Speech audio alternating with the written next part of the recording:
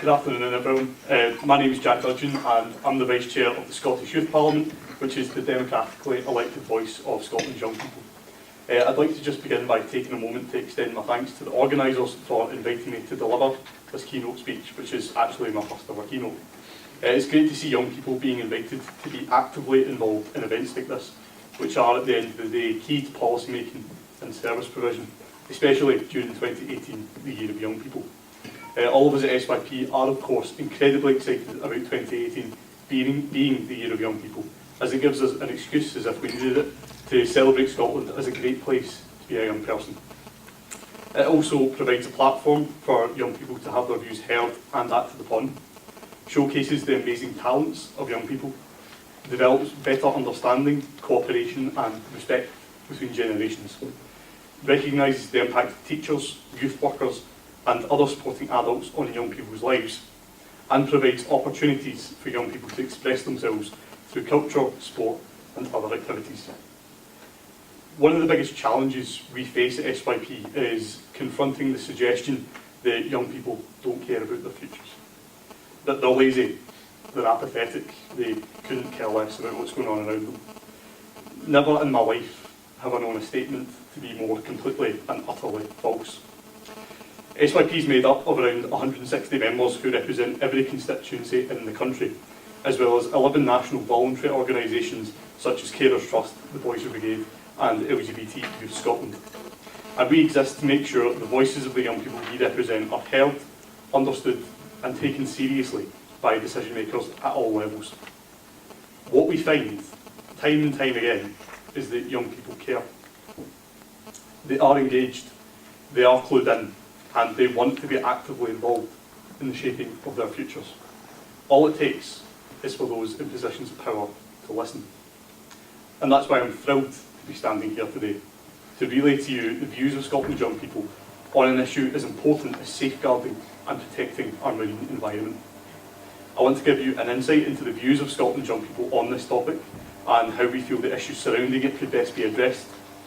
And I want to leave you with an idea of some of the barriers and challenges young people face with regards to having their voices heard in this area especially, and what we can do to ensure that they're meaningfully included going forward. Historically, I think engagement with young people in an area such as marine conservation has been relatively poor. And I suspect this comes from the assumption that young people aren't interested in contributing to the discussions surrounding it.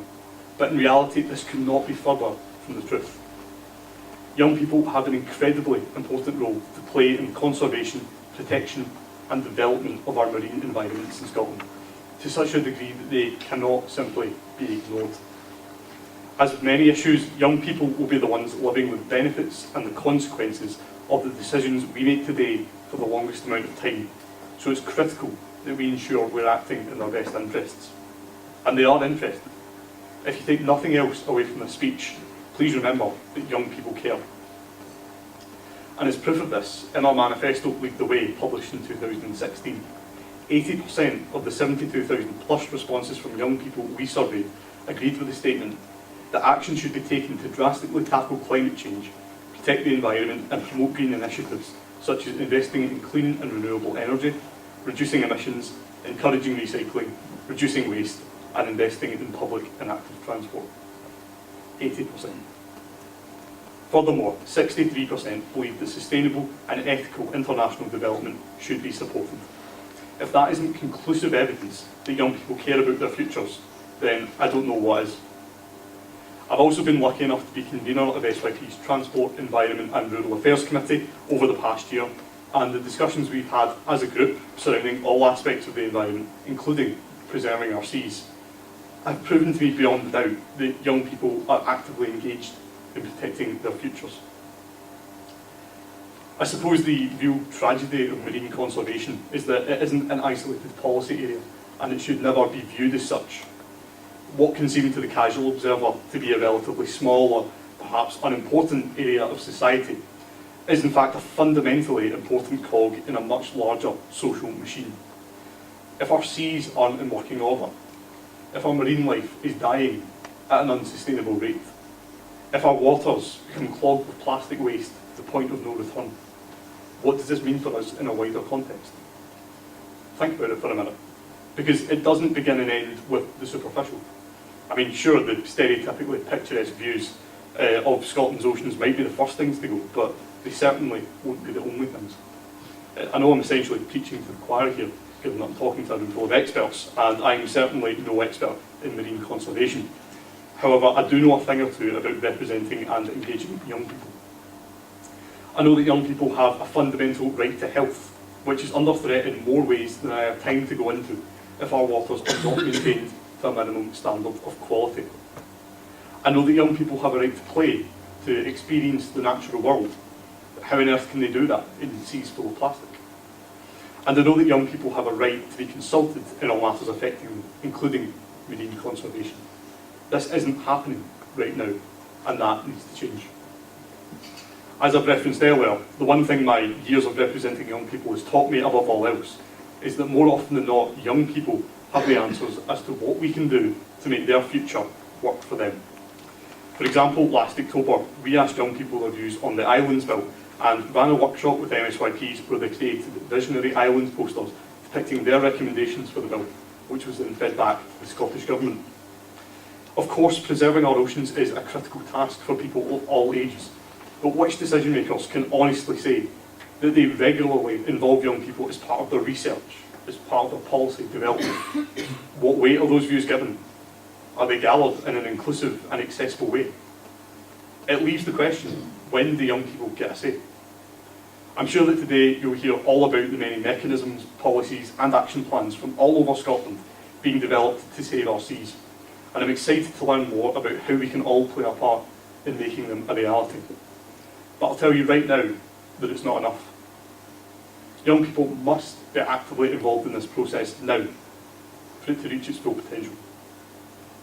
On the issue of marine conservation, my generation do unfortunately feel that their future is being robbed from them by an older generation unwilling to take sufficiently ambitious action. Conferences like this go a long way towards solving that, and it's fantastic to see a room full of people so passionate about protecting our marine environment.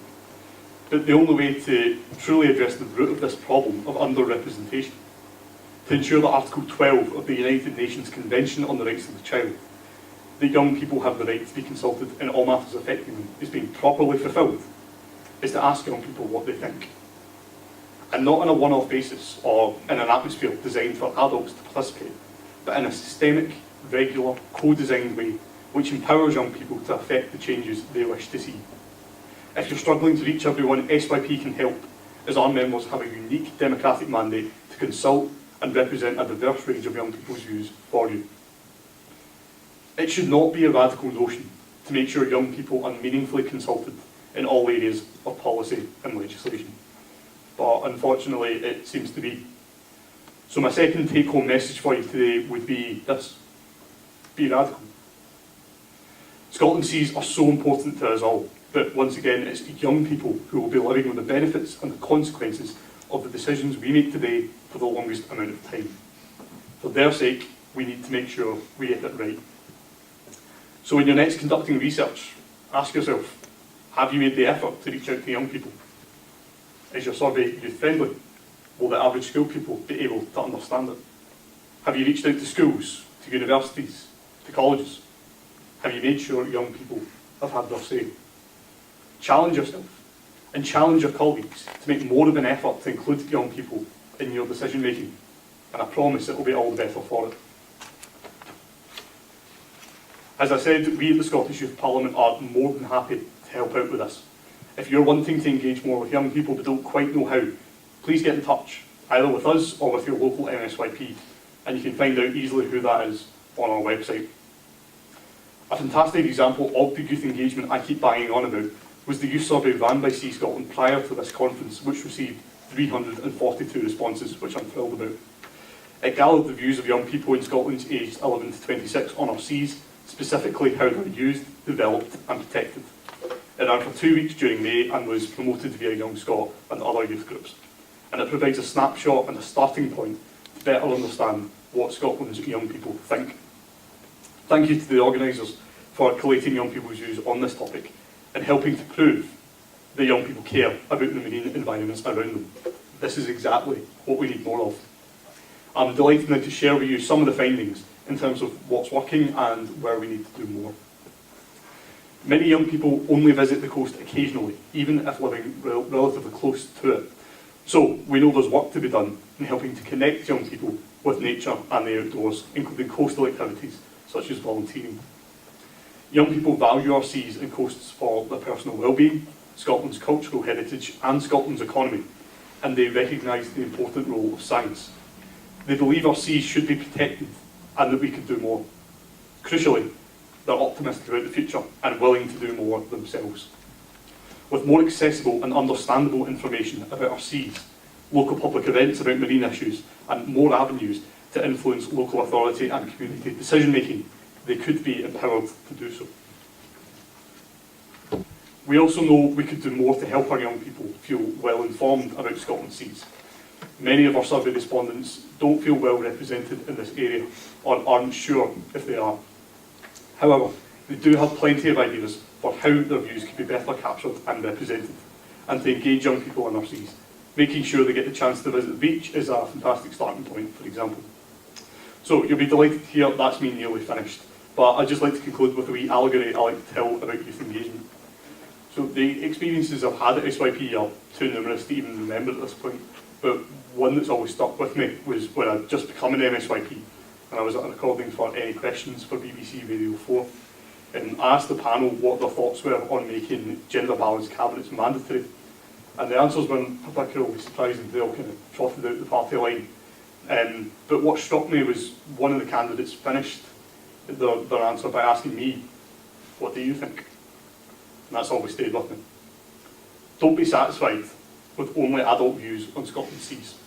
And unless you've made the effort to ask young people, you're probably missing a trick. So, young people clearly care about marine conservation and sustainable development. Be radical and ask young people what they think.